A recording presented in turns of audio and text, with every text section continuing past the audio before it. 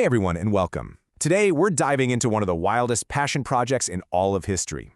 We're talking about a playlist of pop songs, a playlist that was obsessively put together by an emperor. Yeah, you heard that right. This is the incredible story of the Ryojin Hisho. So let's just kick things off with a thought experiment. What if the most powerful person in your country, the absolute top dog, spent all their free time secretly listening, learning, and trying to save the grittiest, most underground street music of the day? Sounds like something straight out of a movie, right? Well, guess what? It actually happened. So let's meet the man himself, Emperor Go-Shirakawa of Japan. Now, he lived way back in the 12th century, but his whole attitude, it was pure punk rock. Think about it. This guy was a supreme ruler, a figure with just immense power, seen as almost divine. And yet, his heart, his entire soul, belonged to the raw, unfiltered, everyday songs of the common people. All right, so here's the game plan for today. First, we're going to drop into the absolutely chaotic world Go-Shirakawa was living in. Then we'll get into his totally unlikely quest. After that, we'll dive right into the songs themselves. What were they about? We'll uncover the book's core message, this idea of play. And finally, we'll look at why this 800-year-old story still matters so much today. Okay, first up, let's set the scene. And trust me, this was not some peaceful, golden era. We're talking about 12th century Japan, a world that was pretty much teetering on the brink of total collapse. You see, Japan at this time was just this violent collision of two completely different worlds. For centuries, you had this old world, ruled by super elegant aristocrats who were obsessed with, poetry, fancy perfumes, and complicated court rituals.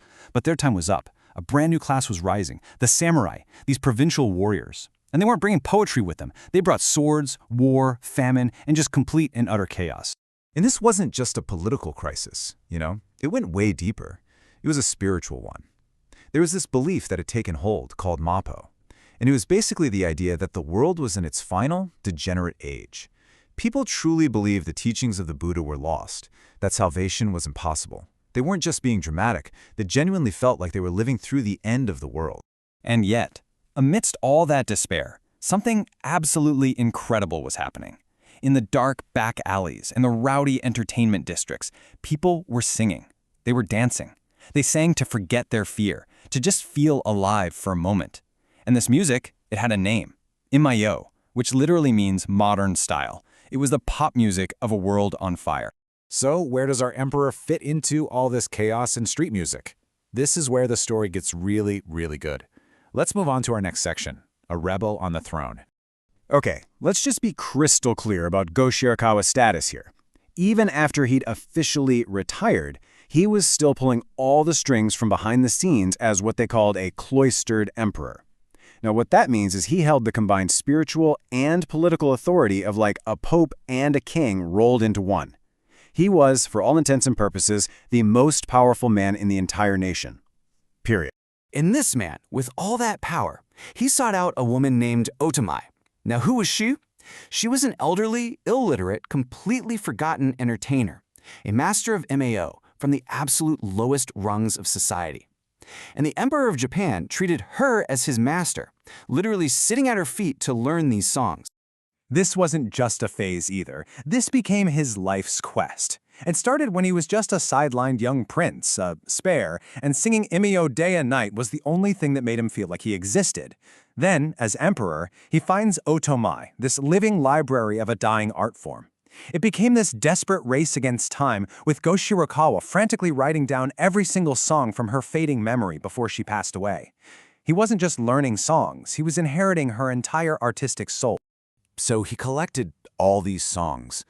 But what were they actually about? What kind of music could possibly be worth an emperor's lifelong obsession?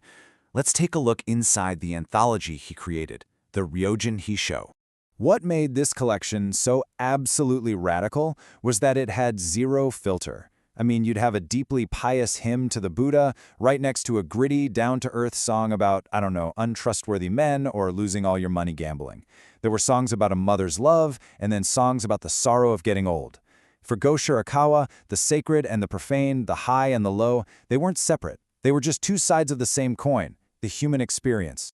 And the name he gave his collection? Ryojin Hisho. It translates to something like, secret notes to make the dust on the beams dance. Just think about that for a second. The idea was that these songs were so emotionally powerful, so full of soul that their vibrations could literally make the dust in the air, this dead, inanimate stuff, come alive and dance. But this collection was so much more than just a historical mixtape. It was a really profound statement about how to live in a broken world. And that brings us to its central philosophy, this idea of salvation through play. The key word here is the Japanese term asobi. Now, we usually translate it as play, but that doesn't even begin to cover it.